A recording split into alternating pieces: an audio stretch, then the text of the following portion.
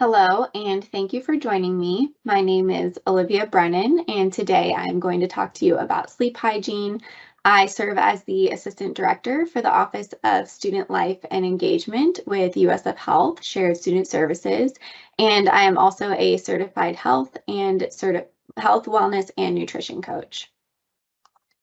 So, what is sleep hygiene? SleepFoundation.org defines sleep hygiene as having both a bedroom environment and a daily routine that promotes consistent, uninterrupted sleep. And SleepEducation.org defines sleep hygiene as a series of healthy habits that can improve your ability to fall asleep and stay asleep. So, all in all, sleep hygiene is your ability to get long enough sleep every night, have good quality sleep every night so that you're able to properly function every day. And it also incorporates a number of habits that you include into a daily routine, which we will talk about moving forward. So how much sleep do you need? So most of our audience here will fall into the category of adults age 18 to 64 years old. So that population needs between 7 and 9 hours of sleep per night. So that is consistent sleep all at one time, not adding up all of your naps throughout the day. But again, it is important to get between 7 and 9 hours of sleep per night to make sure that you are functioning properly every single day. And if we go back here, you can see the amount of sleep that teenagers need and also other individuals such as newborns, infants, toddlers, young children, and adults who are age 65 and older. So how might lack of sleep impact you? And these are some of the short-term impacts of lack of sleep. So first and foremost, it impacts alertness. So ability to be alert throughout the day, to know what's going on in your surroundings, and it can also impact more accidents, which you'll see as that last bullet point, but those two kind of go hand in hand. If you're not as alert as you would be if you had proper sleep, then it is likely to lead to more accidents because you're not, again, paying attention to your surroundings or you're not reacting to things as quickly. So other impacts include daytime tiredness, which I'm sure we've all experienced, memory. So if you are in a class and you're watching a lecture or maybe you're studying for an exam, if you didn't get enough sleep that night, then you likely will not be able to remember things as clearly as you would if you did get enough sleep. It can also impact balance, relationships, because typically when we do not get good quality sleep or enough sleep, we tend to be a little bit on edge or maybe a little bit testy. So when interacting with others, we might be short or quick to jump to conclusions. So it can definitely impact relationships and then overall quality of life. So we just talked about some of the short-term impacts of lack of sleep, but there are long-term and chronic impacts of sleep deprivation, which is important to know. So a lot of these are health related, and this is if you don't get enough sleep consistently for, years, but it all adds up and can impact your health. So high blood pressure can be caused by lack of sleep, diabetes, other heart issues like heart failure, stroke, and weight gain and obesity. So for example, if you aren't getting 7 to 9 hours of sleep per night, then you're probably eating more throughout the day because while you would be sleeping, maybe you're up studying or watching TV or doing something else and you're eating more snacks. And also your body doesn't have as much time to digest if you're only sleeping for 4 or 5 hours a night compared to if you're sleeping 8 or 9 hours per night. So that can definitely lead to weight gain and obesity. It can also impact depression and anxiety if you have lack of sleep. Again, because over long periods of time, you're not getting enough sleep, you're probably getting, more frustrated with things that are going on around you, and it just impacts your mood on a daily basis, hard to function, and you might be feeling more depressed and more anxious. Sleep can impact your immune system. So if you don't get enough sleep, you might get sick more often, or you might be sick for a longer period of time and not able to recover as quickly as if you do get, the right amount of sleep every single night. You can have a lower sex drive, and then you can also have skin issues like acne or wrinkles. So how do you get better sleep? First and foremost, it is important to stick to a sleep schedule. And so this is important Monday through Sunday, even on holidays, set and stick to the same sleep schedule. So for example, say you want to get 8 hours of sleep per night, you might go to bed at 11 p.m. and wake up at 7 a.m. So you should probably set an alarm clock for, and we'll talk about this wind down routines, but maybe you set an alarm clock for 10 p.m. to let you know in an hour I should be in bed sleeping. And then, of course, an alarm for 7 a.m. to get up. But do that every single day, regardless of what you have going on. We like to say sleep and sex only in the bed because if you are doing other activities in the bed than sleeping or sex, then your brain gets confused. So, for example, if you study consistently in your bed, when you're studying, your brain's probably associating your bed with sleep, so you get more tired. You might fall asleep or forget things while you're studying. But then on the flip side, when you do go to sleep, then your brain is associating your bed with studying and might try to keep you awake of like, no, this isn't the place to sleep. This is the place where I do my studying. So it's really important to have separate spaces for your different activities. Exercising is really important when it comes to getting better quality sleep. So when your body is tired, your brain starts to get tired as well. So it's almost physically exhausting your body so that you feel more tired, can stay asleep throughout the night. It is not recommended to exercise right before bed because then you'll have a lot of adrenaline going, but a couple hours before bed or even in the morning can help with sleep schedules.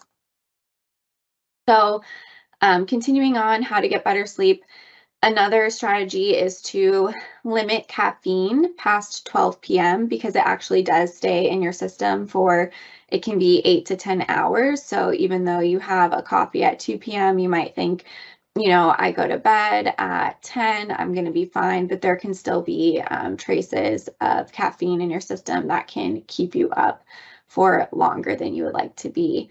It's also important to limit alcohol and other stimulants because again, some people might say, well, if I drink alcohol before going to bed, it makes me tired and I'm able to fall asleep, which that is true. It can definitely help you fall asleep. However, it does lower the quality of sleep that you're getting. So typically when people drink alcohol, even though they might fall asleep right away, they will wake up more often throughout the night or be in that light sleep area rather than deep sleep or REM sleep. So just be conscious of alcohol consumption and how late in the day you're drinking it.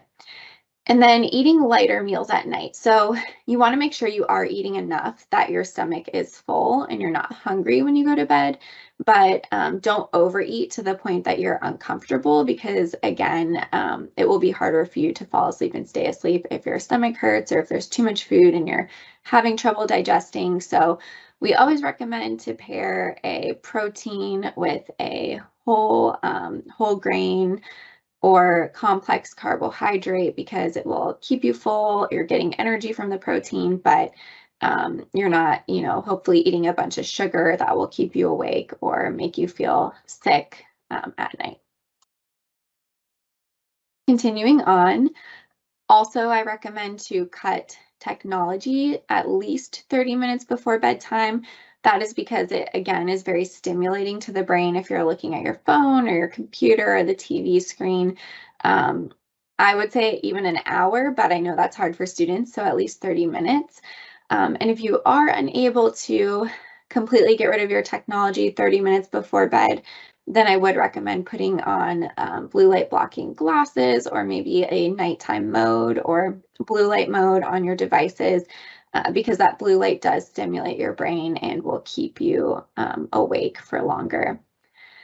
So having a wind down routine is very important. So this is like you have a sleep schedule, let's say 10 a.m. to 7 or 10 p.m. to 7 a.m. It's also important to have a wind down routine. So that would be maybe 30 minutes or an hour before bed. You do something that can help you help your mind relax or help your body physically relax so that you get into a sleep mode.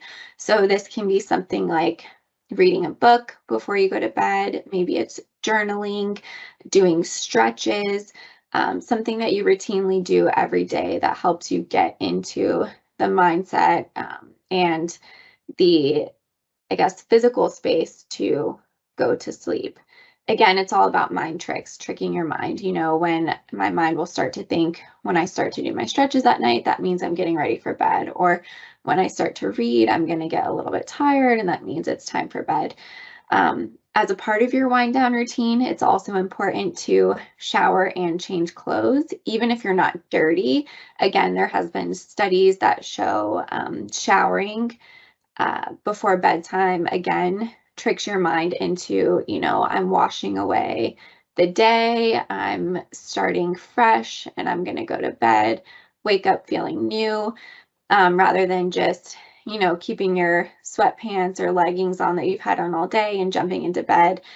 Same thing, change your clothes because your mind starts to think, well, you know, these are my day clothes. These are the clothes that I've been studying in or the clothes that I've been watching TV in, and they're not the clothes that I'm sleeping in. So something as simple as just changing into a different t-shirt and sweatpants or changing into pajamas and then getting into bed can tell your mind or your brain, you know, I have changed. My body is ready for me to go to sleep. Studies have also shown that a cool, dark, quiet environment is ideal for getting better sleep, high quality sleep, sleeping longer. So, you know, if you can get blackout curtains or something like that, that is recommended. If not, you can buy things like a sleep mask, put a fan on to make it cooler. It is recommended to sleep at 65 degrees, which is quite cold, but any comfortable temperature to you would be good, and then quiet environment. So we know that quiet environment is sometimes hard to get depending on who else is living in your house or where you live. But if it's not completely quiet, then you might want to get earplugs or maybe noise canceling headphones or something that you're able to comfortably sleep with. Limiting naps is important. So naps can be good for improving sleep, but usually only napping once a day is recommended and only for about 20 to 30 minutes max, because when you start to sleep longer than 30 minutes, your body might go into that deep sleep or your REM sleep, and then that will impact your ability to sleep later in the day because your mind, you know, has already slept for a couple hours. So you might be having trouble sleeping for the full 8 hours per night. So if you are taking a nap, set your timer for 20 or 30 minutes just to get that little power nap in. And one trick I like to use that I've heard some other people use is called a caffeine nap. So if it is earlier in the day and you're taking a nap, you can drink a cup of coffee right before you take your nap because then it will kick in and help you to wake up within 20 to 30 minutes, and you'll wake up feeling a little bit more alert and a little bit more refreshed. And then, of course, like I said earlier, stick to routines during the weekends and holidays. So it's easy to, on weekend mode, you know, I'm going to forget my sleep schedule that I set for myself, and I'm going to stay up until midnight and sleep until 2 p.m. And but then if you think about that, you're doing that 2 or 3 days out of the week, then you're throwing your whole schedule off. So it's harder to get back on that schedule when Monday comes around. So really try as much as possible to stick to a similar sleep schedule on the weekends that you have during the weekday. So I want you to challenge yourself. We talked about a lot of strategies that can help improve your sleep quality and sleep length.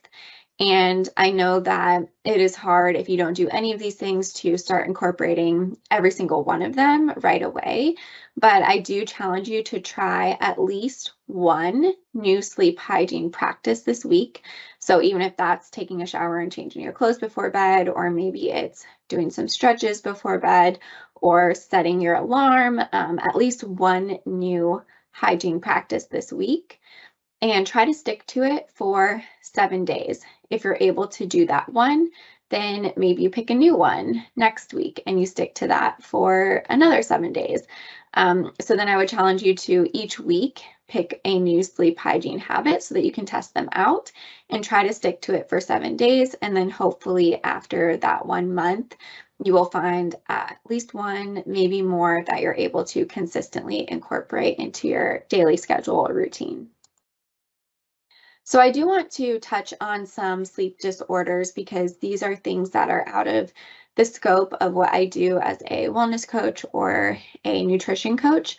But some common signs of having a sleep disorder, and these are things that happen on a consistent and regular basis, include trouble falling and staying asleep. So that could be something like insomnia, but consistently for every day or for weeks, you have trouble falling or staying asleep.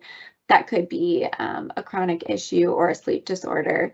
If you're feeling very tired after sleeping enough, so say you are getting 9 hours of sleep consistently, and then throughout the day, you're still feeling extremely tired, like you might fall asleep when you're doing daily activities or still having to take naps, that could be a sleep disorder or a larger issue.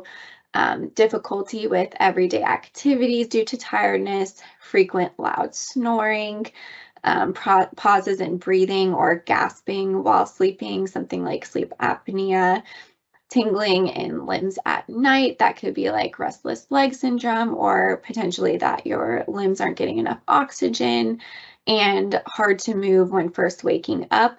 These are, again, things that happen on a consistent basis, can be triggers or signs of a sleep disorder. So if you're experiencing any of these things regularly, please contact a doctor or a healthcare provider so that they can help you find out more information and hopefully help you assist you on the right track of handling these types of concerns. So thank you so much again for watching my presentation. I hope you learned a lot about sleep hygiene and are able to pick at least one new strategy that you're able to incorporate into your routine or your schedule on a consistent basis. So if you would like to learn more, these are the resources that I used for the information to create this presentation. Thank you.